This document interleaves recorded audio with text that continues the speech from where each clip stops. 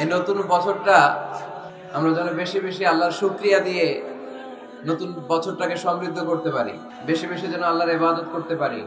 নতুন বছরে আমরা শপথ নেই, আমরা যেন অন্তরে হিংসা লালন না করি, বিদ্বেষ লালন না করি, আমরা নিজেরা যেন কাদা ছোড়াছুরি না করি, আমরা যেন মিলেমিশে একসাথে একাকার হয়ে যায়।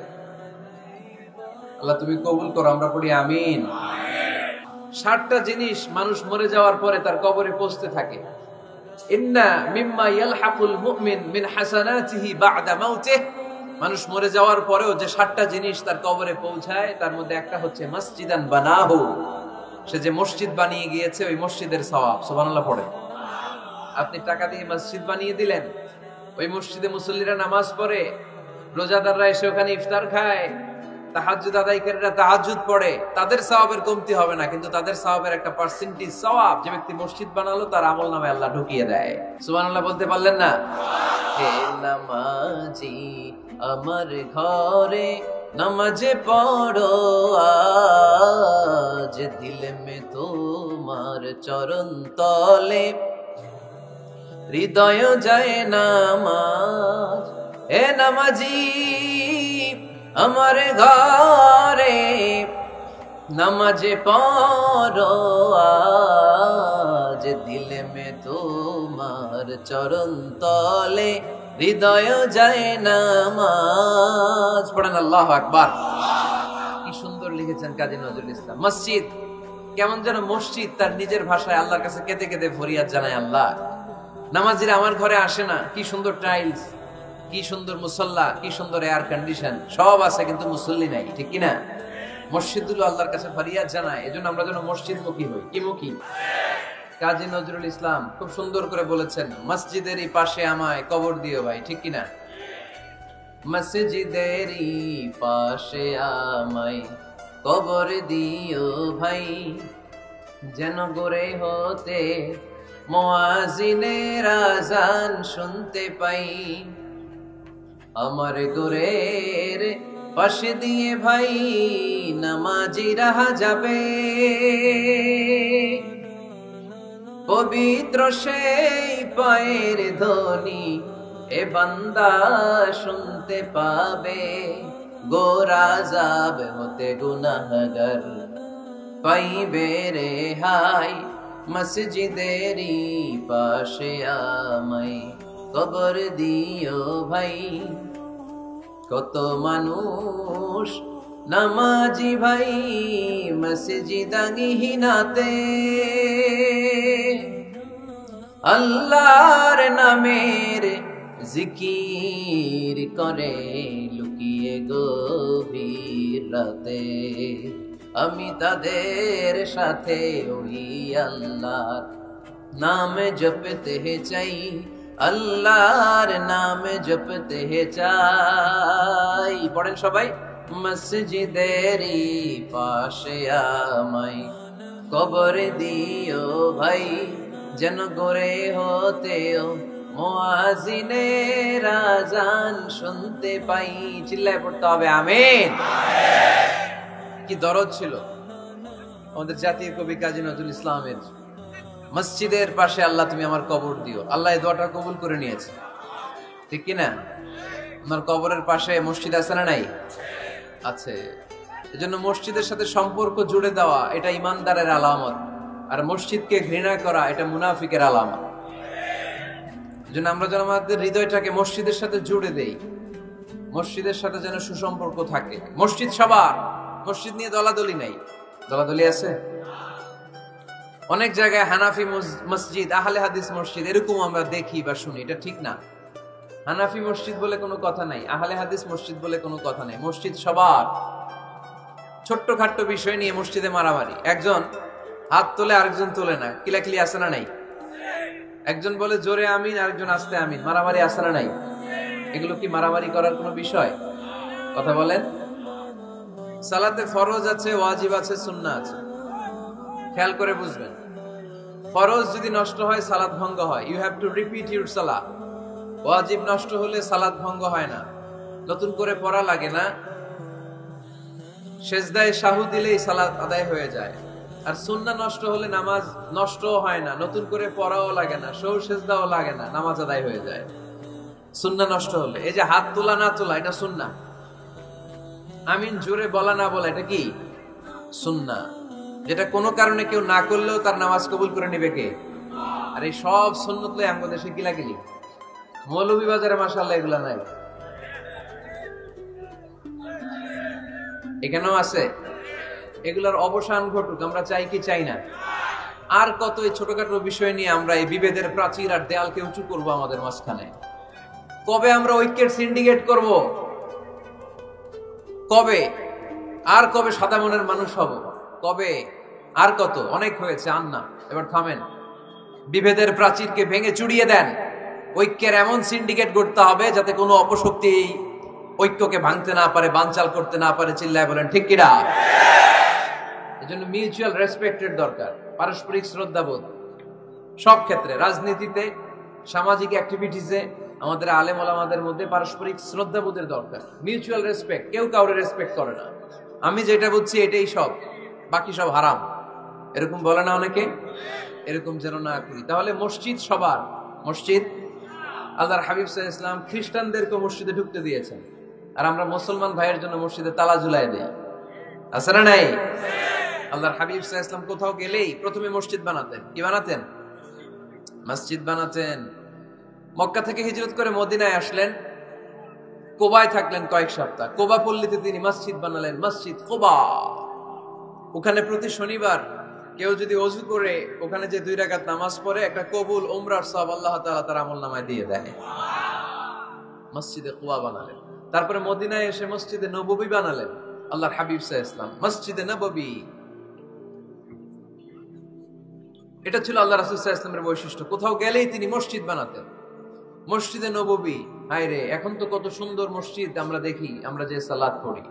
আল্লাহর হাবিব সাল্লাল্লাহু আলাইহি সাল্লামের সময় মসজিদে নববী কি এরকম ছিল? কথা বলেন। ফ্লোর ছিল বালুর ফ্লোর। কিসের ফ্লোর? আমাদের মসজিদের ফ্লোর কিসের? টাইলস। আর আল্লাহ রাসূল সাল্লাল্লাহু আলাইহি ওয়াসাল্লামের মসজিদে নববীর ফ্লোর কিসের? কথা বলে না তো আওয়াজ করে উত্তর দেন না কেন? কষ্ট হচ্ছে? দুপুরে খাইছেন না সবাই? কেন খান নাই কেন? রোজা রাখছিলেন?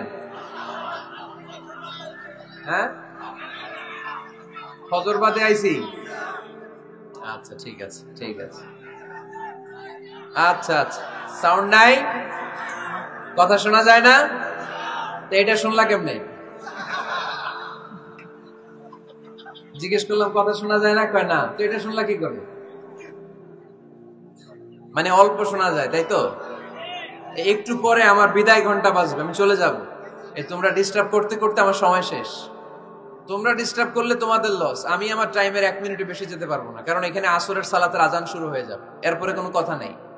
আর বক্তব্য লম্বা করা এটা বেদাত। এই বেদাতকে আমি সুন্নাতের মধ্যে আনতে চাচ্ছি।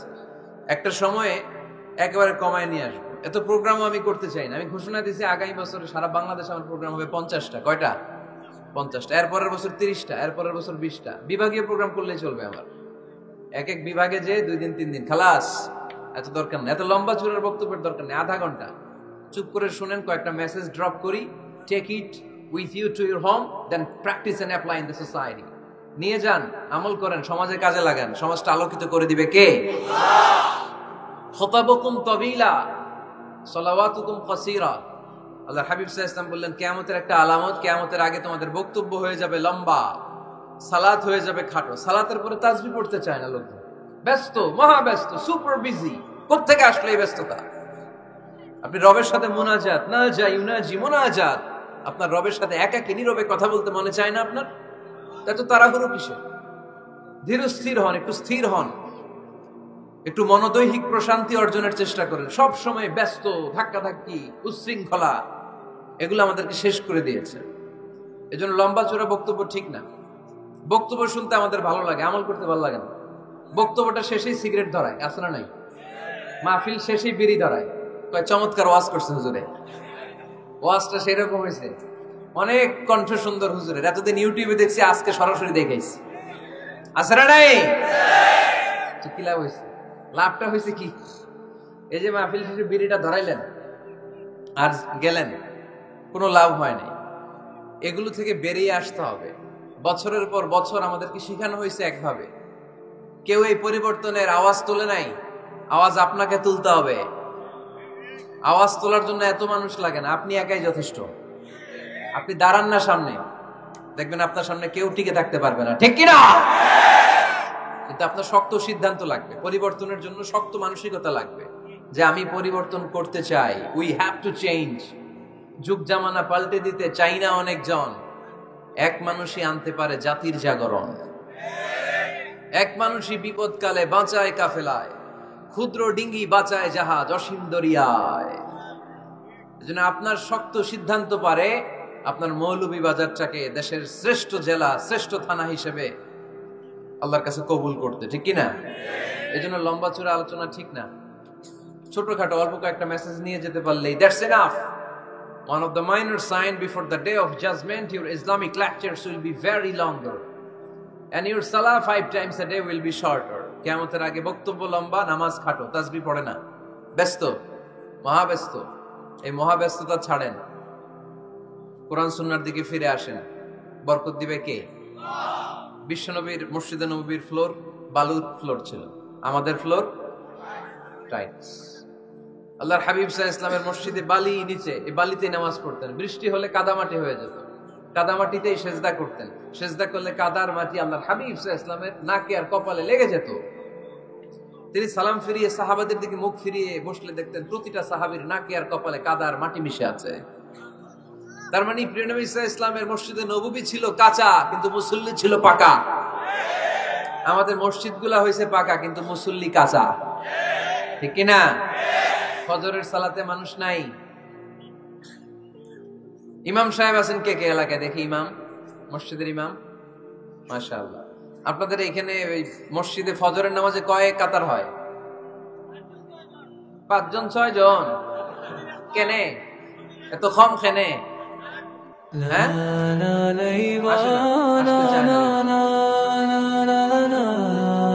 এই যে 5-6 জন ফজরের সালাতে কল্পনা করতে পারেন?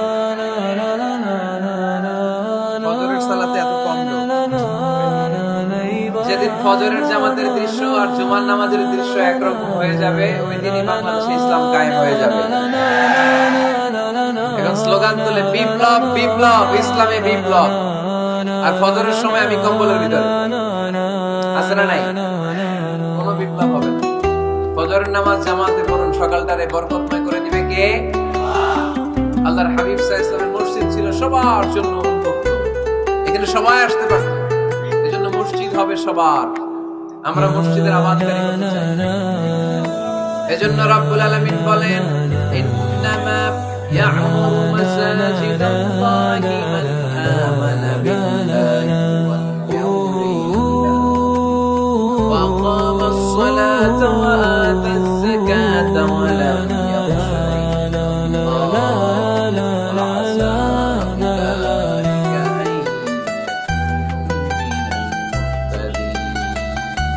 পড়েন। রব্বুল আলামিন বললেন মসজিদের আবাদকারী হবে তারা যারা আল্লাহর প্রতি ঈমান আনে, আখিরাতের প্রতি ঈমান আনে, যারা সালাত কায়েম করে, যারা যাকাত আদায় করে, দুনিয়ার কাউকে ভয় পায় না, ভয় পায় একজনকে। চিল্লায় বলেন তিনি কে? যাদের হৃদয়ে আছে আল্লাহর ভয়, তারা কোনো পথ যায় না। আল্লাহর প্রেম ছাড়া এই দুনিয়া কারো কাছে কিছু চায় না, ঠিক কি না? তাহলে যারা মসজিদের আবাদকারী এরা ভয় পায় একজনকে, চিল্লায় বলেন তিনি কে? মসজিদের আবাদকারীদের প্রথম গুণ, তারা আল্লাহ বিশ্বাস করে, তারা আখিরাতে বিশ্বাস করে, তারা সালাত কায়েম করে, তারা যাকাত আদায় করে, তারা আল্লাহ ছাড়া পৃথিবীর কাউকে ভয় পায় না। আল্লাহ বলেন ফাসা উলাইকা আশা করা যায় তারাই হলো হেদায়েতের রাস্তার উপরে আছে, ঠিক কি না? তারাই মসজিদের আবাদকারী, যারা মসজিদে যায়, সালাত আদায় করে। এখন মসজিদের আবাদকারী আপনি হতে চান, আপনি মসজিদে যান না, আপনি আবাদকারী হতে পারবেন? মসজিদের অনেক সভাপতি আছে, মসজিদে যায় না, আছে না নাই? মৌলভীবাজারে এই সমস্যা বোধহয় নাই। মসজিদের সেক্রেটারি মসজিদে যায় না, আছে না নাই? তাহলে হইলো, এটা হইলো, এটা মেনে নেওয়া যায়? এজন্য সভাপতি সাহেব, আপনি কষ্ট করে মসজিদ বানিয়েছেন, মসজিদে যাবেন। এই এত দিকে বিশৃঙ্খলা হইলে কেমন হবে? বসেন, আরো কয়েক মিনিট। সভাপতি সাহেব, আপনি মসজিদে যাবেন। সেক্রেটারি সাহেব, আপনি মসজিদে যাবেন। তাহলে আপনি সঠিক মসজিদের আবাদকারী হবেন, ঠিক কিনা? আমরা মসজিদের আবাদকারী হতে চাই, ইনশাআল্লাহ। পড়েন উমরানুল মাসাজিদ। মসজিদের আবাদ কি করে করতে হয়? মসজিদ আবাদ করার এক নাম্বার মাধ্যম হচ্ছে মসজিদ নির্মাণ করা। কি করা? নির্মাণ করা। খেয়াল করবেন, আল্লাহর হাবিব সাল্লাল্লাহু আলাইহি ওয়াসাল্লাম বলেছেন, মান বানা মসজিদান মিন মালিহি ফিদ দুনিয়া বানাল্লাহু লাহু বাইতান ফিল জান্নাহ। যে ব্যক্তি নিজের পকেটের টাকা খরচ করে দুনিয়াতে মসজিদ বানায়, আল্লাহ তাআলা তার জন্য জান্নাতে ঘর বানায়। 60টা জিনিস মানুষ মরে যাওয়ার পরে তার কবরে পৌঁছতে থাকে।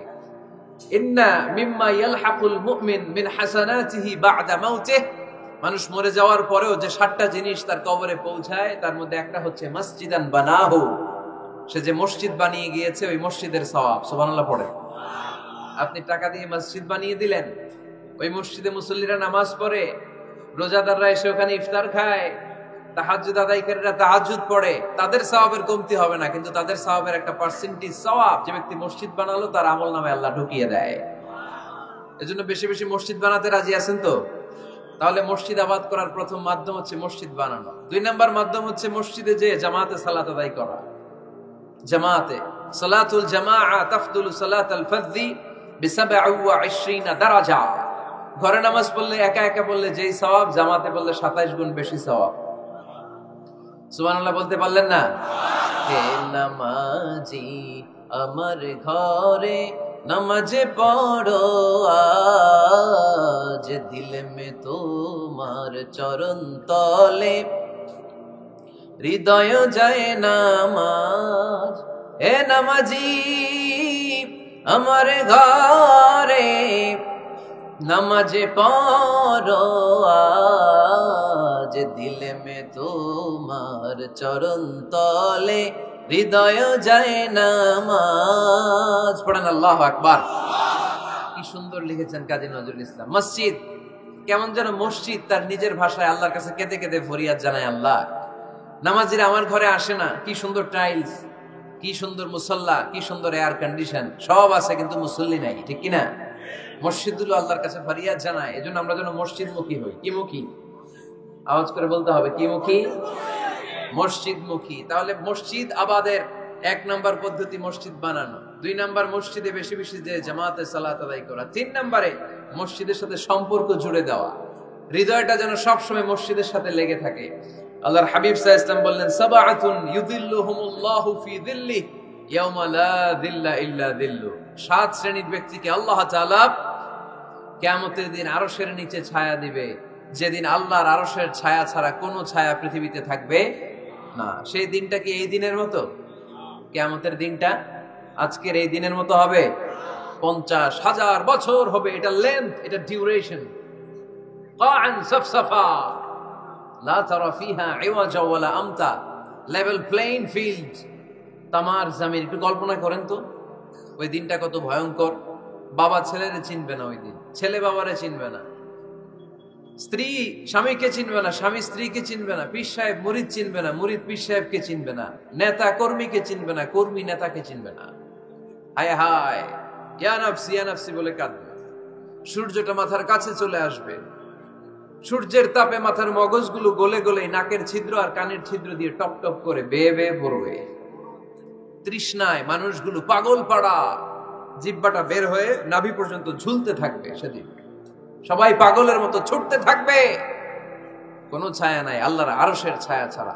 আল্লাহর হাবিব বললেন, 7 শ্রেণীর ব্যক্তিকে আল্লাহ তাআলা আরশের নিচে ছায়া দিবেন। এর মধ্যে 1 শ্রেণীর ব্যক্তি, রাজুলুন কলবুহু মুআল্লাকুন বিল মাসাজিদ। ওই ব্যক্তি যার হৃদয়টা সবসময় আল্লাহর মসজিদের সাথে লেগে থাকে। মসজিদের সাথে যার হৃদয় লেগে থাকে তাকে আরশের নিচে ছায়া দিবে কে? আল্লাহ। এজন্য মসজিদের সাথে যেন আমাদের হৃদয়গুলো লেগে থাকে। অনেকেই দেখবেন এত ভালো নামাজে, জোহর পরে টেনশন করে আসরটা কই পড়বো, আসর পরে চিন্তা করে মাগরিবের সময় আমি কোথায় থাকবো, মাগরিবের সময় টেনশন, ইস এশাটা হয়ে গেলেই তো শেষ। এরকম লোক আছে না নাই? এদেরকে সেই কঠিন ভয়াবহ দিনে আরশের নিচে ছায়া দিবে কে? তারপরে মসজিদ আমাদের 4 নাম্বার পদ্ধতি, মসজিদকে পরিচ্ছন্ন রাখা, মসজিদকে ঝাড়ু দেয়া। মসজিদকে যারা পরিষ্কার করে তাদের হৃদয়ের যন্ত্রণা দূর করে দেয় কে? সাইয়েদনা ইব্রাহিম আলাইহিস সালাম এবং ইসমাঈল আলাইহিস সালামকে আল্লাহ তাআলা আদেশ করেছেন, তাহহিরা বাইতিয়া লিত-তাইফিনা ওয়াল আকিফিনা ওয়ার রুকআইস সুজুদ। হে ইব্রাহিম, ইসমাঈল, বাপ বেটা দুইজন মিলে মসজিদ ঝাড়ু দাও। কি ঝাড়ু দাও? মসজিদেরি ঝাড়ু বড়দার, ও কামারে হাত শোনো আমারে মুনাজাত। পড়েন, শোনো শোনো ইয়া ইলাহি আমারে মুনাজাত, শোনো আমারে মুনাজাত। পড়েন আমিন। মসজিদ ঝাড়ু দেওয়া মসজিদ আমাদের অন্তর্ভুক্ত। আপনারা কেউ কোনোদিন মসজিদ ঝাড়ু দিয়েছেন না? কে কে দিয়েছেন দেখি? সবাই? সবাই মসজিদের খাদেম? মাশাআল্লাহ। আমিও দিছি মসজিদ ঝাড়ু, অনেক দিছি। মাশাআল্লাহ, আল্লাহ তুমি কবুল করো।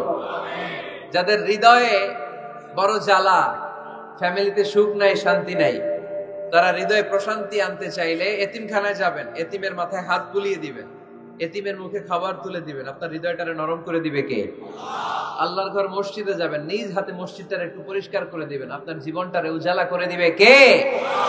তাহলে এগুলো করার মাধ্যমে আমরা মসজিদের আবাদ করতে চাই। আমরা মসজিদের আবাদকারী হতে চাই কি চাই না?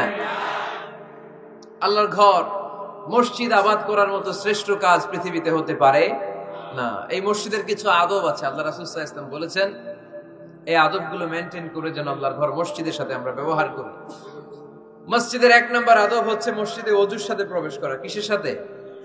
ওযু করে পরিচ্ছন্ন হয়ে মসজিদে প্রবেশ করা।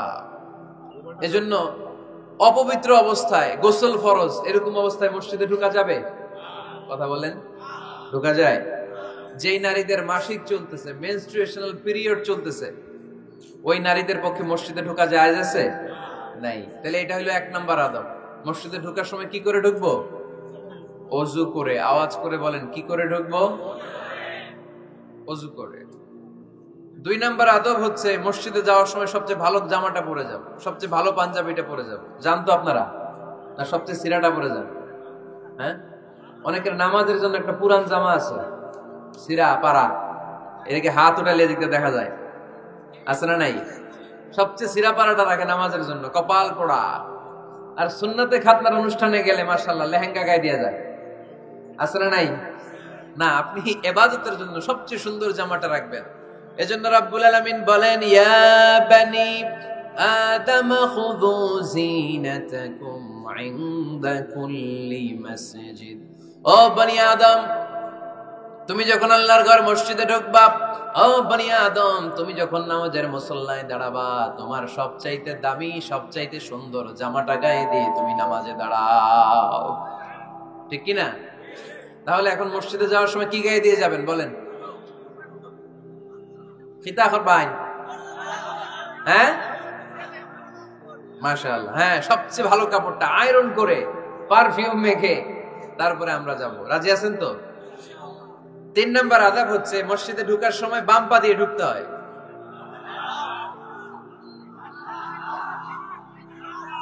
কোন পা? আরো জোরে। এদেরকে গুতা মারা লাগে, নাহলে আওয়াজ বাড়ে না। এরকম ভলিউম টাইট করতে হয়, ভলিউম হাই করলে আর করে বাড়ে। এমনি বলতে চায় না। ঘটনা কি? হ্যাঁ, খায় নাই। বদরের যুদ্ধ হয়েছিল রমাদানে, কোন সাহাবী খায় নাই, না খাইয়ে একেবারে সাইজ করে দিছে কাফেরদেরকে। আমরা না খেলেও আমাদের হৃদয়ে ঈমানি শক্তি আছে না নাই? এই তো বোঝা যাচ্ছে ঈমানি শক্তি আছে। এতক্ষণ আছিল কই? তো মসজিদে ঢোকার সময় কোন পা দিয়ে? এগুলো মনে থাকে আমাদের? ভুলে যাই আমরা, খেয়াল থাকে না তো এগুলা। এত কিছু মনের মধ্যে রাখলে এগুলো মনে থাকবে কেমনে? মসজিদে ঢোকার সময় কোন পা? আরো জোরে। বেরোয়ার সময় কোন পা? মনে থাকবে? মসজিদে যখন ঢুকবেন ডান পা দিয়ে ঢুকবেন, আর দোয়া পড়বেন, আউযু বিল্লাহিল আযীম ওয়া বিওয়াজহিল কারীম ওয়া সুলতানিহিল কদীম মিনাশ শাইতানির রাজীম। বিষ্ণু সাল্লাল্লাহু আলাইহি ওয়াসাল্লাম বললেন, যে ব্যক্তি মসজিদে ঢোকার সময় এই দোয়াটা পড়বে, শয়তান আফসোস শুরু করে, সে বলে, হায় হায়, আজকের দিনের জন্য, সারা দিনের জন্য তো তুই আমার ওয়াসওয়াসা থেকে বেঁচে গেলি, আজকের সারা দিনের জন্য তোরে আমি হারালাম, আজকের সারাটা দিন আল্লাহর পক্ষ থেকে প্রোটেকশন নিয়ে তুই বেঁচে গেলি, আজকের জন্য যা, কালকে তোরে আমি ধরবো। এজন্য এই দোয়াটা পড়ার দরকার আছে না? আউযু বিল্লাহিল আযীম ওয়া বিওয়াজহিল কারীম ওয়া সুলতানিহিল কাদীম মিনাশ শাইতানির রাজীম। চারটা বাক্যের দোয়া। মুখস্থ করতে কষ্ট হলে যে ইউটিউবে চলে যাবে আজকেই, ওখান থেকে শুনে আপনারা মুখস্থ করে নেবেন, এই দোয়াটা পড়বেন, তাহলে ওই দিনের জন্য শয়তানের ওয়াসওয়াসা, টেম্পটেশন, প্রভোকেশন থেকে আপনি আল্লাহ তাআলার প্রোটেকশনে চলে গেলেন। সুবহানাল্লাহ পড়েন। তারপরে আল্লাহর হাবিব বললেন, ঢোকার আগে আমারে সালাম দাও। পড়বেন, আসসালামু আলাইকা আইয়ুহান নাবিয়্যু ওয়া রাহমাতুল্লাহি ওয়া বারাকাতুহু। এই দুইটা জিনিস যখন করে ফেললেন, তখন ডান পা দিয়ে পড়বেন, আল্লাহুম্মা ইফতাহ লি আবওয়াবা রাহমাতিক। সুবহানাল্লাহ পড়েন।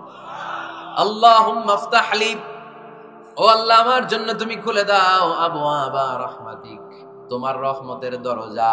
তার মানে মসজিদে ঢুকলে রহমত পাওয়া যায় কি যায় না? মসজিদে ঢুকলে পাওয়া যায় রহমত, মসজিদের বাইরে রহমতের কথা আল্লাহ বলে নাই, মসজিদের ভিতরে রহমত। কোথায় রহমত? কোথায়? মসজিদের ভিতরে রহমত আছে না? তার প্রমাণ, মসজিদে ঢুকলেই শান্তি লাগে কেমন জানি, আর ঘুমে ধরে। মসজিদে ঘুমাইছেন কারা কারা দেখি? সবাই ঘুমাইছেন? আরে আমি কত ঘুমাইছি। জুমার নামাজের সময় যে কি ঘুম আসে, আসে আসে, কমন পড়ছে, একেবারে কমন পড়ে গেছে, ঘুম আসে। কারণ রহমত, রহমতের ঝিরি ঝিরি বাড়িধারা আল্লাহ তাআলা আরশের উপর থেকে নাজিল করতে থাকে, আর এই রহমতের কারণে হৃদয়টা প্রশান্ত হয়ে যায়, অনেকের ঘুমও চলে আসে, ঠিক কি না? এজন্য আল্লাহুম্মা ইফতাহ লি আবওয়াবা রাহমাতিক, ও আল্লাহ তোমার রহমতের দরজাগুলো আমার জন্য খুলে দাও। এই দোয়া পড়লে রহমতের দরজা খুলে দেয় কে? আবার মসজিদ থেকে যখন বের হবেন, তখন কোন পা দিয়ে? জোরে বলেন। বাম পা দিয়ে কি পড়বেন? আল্লাহুম্মা ইন্নী আসআলুকা মিন ফাদলিক, ও আল্লাহ তোমার কাছে আমি তোমার পক্ষ থেকে ফদল চাই, মানে রিজিক চাই, রিজিক দেওয়ার মালিক কে? তার মানে খুব সোজা সাপটা কথা হচ্ছে, মসজিদের ভিতরে পাওয়া যায় রহমত, আর বাইরে পাওয়া যায় ফদল বা রিজিক। বাইরে পাওয়া যায় কি? রিজিক। মসজিদের ভিতরে রিজিক আছে, তার মানে সারাদিন মসজিদে বসে থাকলে রিজিক মিলবে? নামাজের সময় নামাজ পড়তে হবে, কাজের সময় কাজ করতে হবে, এটাই হচ্ছে ইসলামের বিধান। নামাজের সময় নামাজ, কাজের সময়। আমি প্রশ্ন করব, আওয়াজ করে উত্তর দেন। নামাজের সময়, কাজের সময়, নামাজের সময়, কাজের সময়, এটা মনে থাকবে। এজন্য আল্লাহ বললেন, ফাইদা কুদিয়াতিস সালাতু ফান্তাশিরু ফিল আরদি ওয়াবতাগু মিন ফাদলিল্লাহ। যখন তোমাদের সালাত শেষ হয়ে যায়, আল্লাহর রিজিক অন্বেষণের জন্য আল্লাহর জমিনে তোমরা ছড়িয়ে যাও। নামাজের সময় আসবেন, নামাজ শেষ বের হয়ে যান, ফান্তাশিরু ফিল আরদ, জমিনে ছড়িয়ে পড়ো। নামাজ শেষ, চেয়ারম্যান সাহেব চলে যাবে ইউনিয়ন পরিষদের ভেতরে, ছাত্ররা চলে যাবে হাই স্কুলে, মেম্বার অফ দ্য পার্লামেন্ট চলে যাবে সংসদে, সেনাবাহিনীর লোকেরা চলে যাবে ক্যান্টনমেন্টে, ব্যবসায়ীরা চলে যাবে তাদের বাজারে, সিএনজি ওয়ালারা সিএনজি নিয়ে ব্যবসা শুরু করবে, রাস্তায় নেমে যাবে, চিল্লায় বলেন ঠিক কিনা? এটাই ইসলামের বিধান। নামাজের সময় নামাজ, কাজের সময়। আচ্ছা, তাহলে প্রথম সুন্নাত পেলাম, পবিত্র হয়ে ঢুকবো, ভালো জামা পরে ঢুকবো, 2 নাম্বার। 3 নাম্বার, ঢুকার সময় কোন পা, বের হওয়ার সময়। 4 নাম্বার, মসজিদে ঢুকেই 2 রাকাত। মসজিদে ঢুকে কয় রাকাত পড়েন আপনারা? তাহিয়াতুল মসজিদ, মসজিদে আপনি ওয়েলকাম জানাবেন, ঢুকেই 2 রাকাত পড়বেন, ওযু করলেই 2 রাকাত। আল্লাহর হাবিব সাল্লাল্লাহু আলাইহি ওয়াসাল্লাম মসজিদে নববীতে জুমার খুতবা দিচ্ছেন। খুতবা চলাকালীন সময়ে এক সাহাবী এসে মসজিদের মধ্যে বসে পড়লেন। আল্লাহর হাবিব সাল্লাল্লাহু আলাইহি ওয়াসাল্লাম সাহাবীরে বললেন, দাঁড়াও। সাহাবী দাঁড়ালেন। আল্লাহর নবী জিজ্ঞেস করলেন, কেন বসে বললা? 2 রাকাত পড়ছো নাকি? সাহাবী বলে, পড়ি নাই। বিশ্বনবী বললেন, তাহলে তাড়াতাড়ি 2 রাকাত নামাজ পড়ে বসে যাও। সুবহানাল্লাহ পড়ো। 2 রাকাত পড়ো নাই তো পড়ো, দাঁড়াও, তারপরে বসো। দেখেন, খুতবা চলাকালীন সময়ে আমাদের খতিবরা কখনো খুতবা থামায়? কথা বুঝেন নাই? জুমার খুতবা আপনারা শুনেন না? খুতবা চলতেছে, ওই মুহূর্তে ইমাম সাহেবরা কখনো খুতবা থামায়? মাঝখানে কোনো ঝামেলা হলে থামায় না।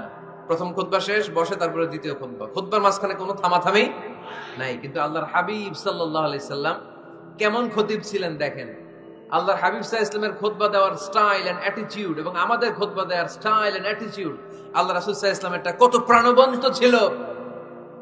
আল্লাহ রাসূল সাল্লাল্লাহু আলাইহি সাল্লাম সোসাইটি ওরিয়েন্টেড একজন পার্সোনালিটি ছিলেন, সমাজের মানুষ কেন্দ্রিক, খুব সামাজিক ছিলেন আল্লাহ রাসূল সাল্লাল্লাহু আলাইহি সাল্লাম। তিনি দেখলেন একজন বসে পড়ছে, উনি খুতবা থামায় দিলেন। জুমার খুতবা থামায় বললেন, এই নামাজ পড়ছো না, পড়ো 2 রাকাত পড়ো। আবার খুতবা শুরু করলেন। সুবহানাল্লাহ পড়বেন না?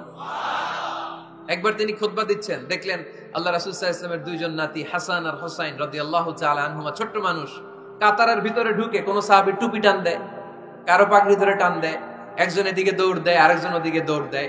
মসজিদে একটা ডিস্টার্ব হচ্ছে।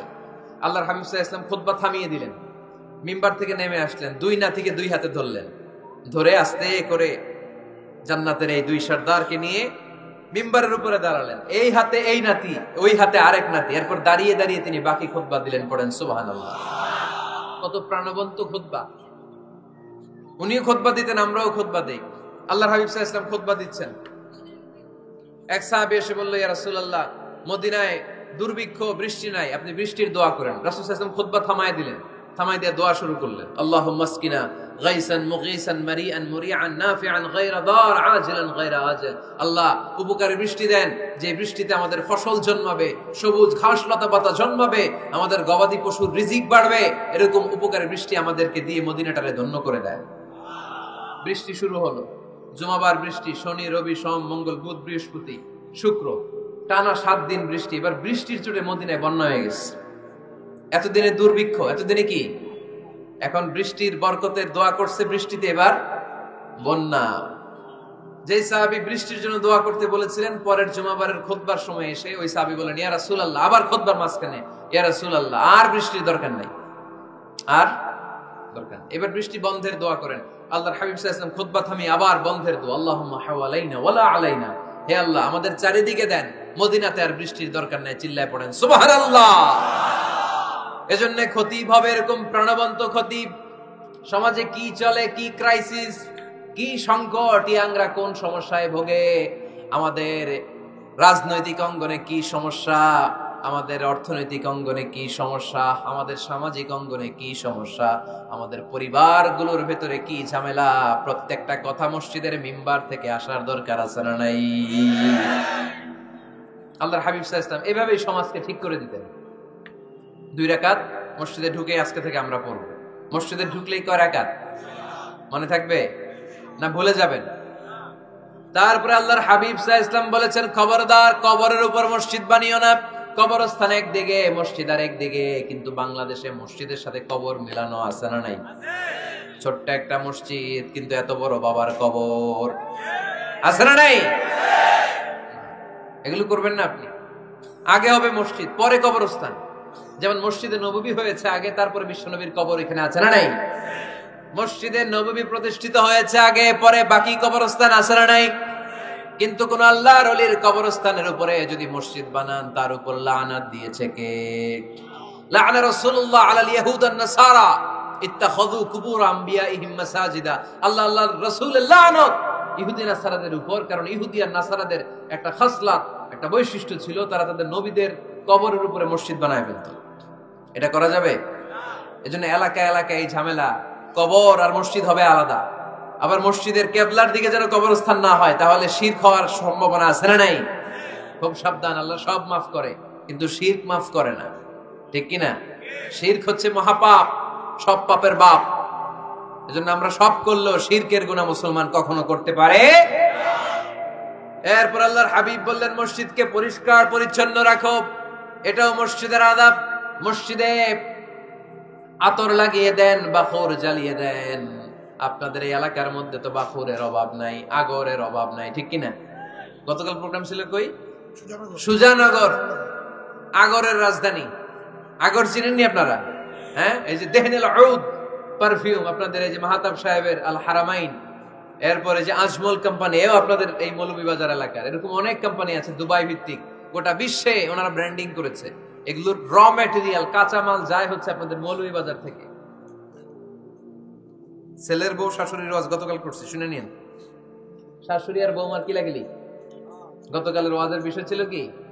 শাশুড়ি বৌমার কিলাকিলি কি করে থামাবেন, শুনে নিন।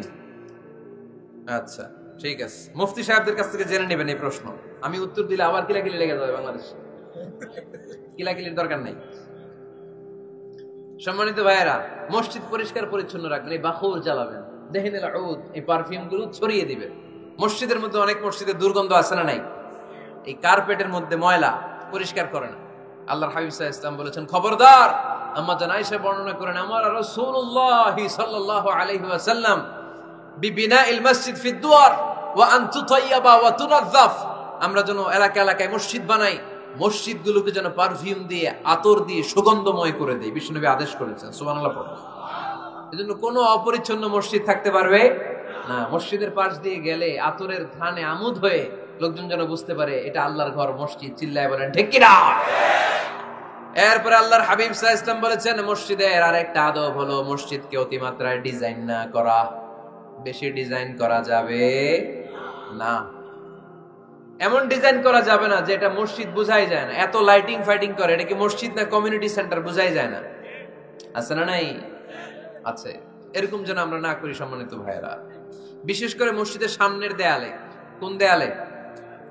সামনের দেয়ালটা, কেবলার দিকে যেই দেয়াল, এই দেয়ালটা হতে হবে ফ্রেশ, যাতে করে মানুষের দৃষ্টি আকর্ষণ না করে।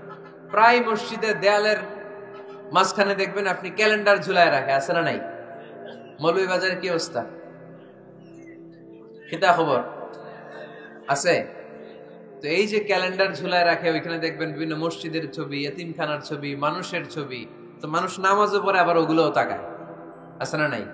প্রথম কাতারে পরে ওইখানে কি লেখা, এগুলো পরে, তার ডিস্টার্ব হচ্ছে না? এই মুসল্লির দৃষ্টি যাতে অন্যদিকে না যায়, এটা খেয়াল রাখতে হবে। যদি পারা যায়, মসজিদের সামনে কোনো ঘড়ি টড়ি চলবে না। ঘড়ি মসজিদের পেছনের দেয়ালে, সময়সূচি পেছনের দেয়ালে, সব পেছনে। সময় কয়টা বাজে ওটা ইমাম দেখলেই চলবে, ইমাম এভাবে দেখে নিবে, আপনারাও দেখে নিবেন। কিন্তু সামনের দেয়ালটা যত সিম্পল করা যায়।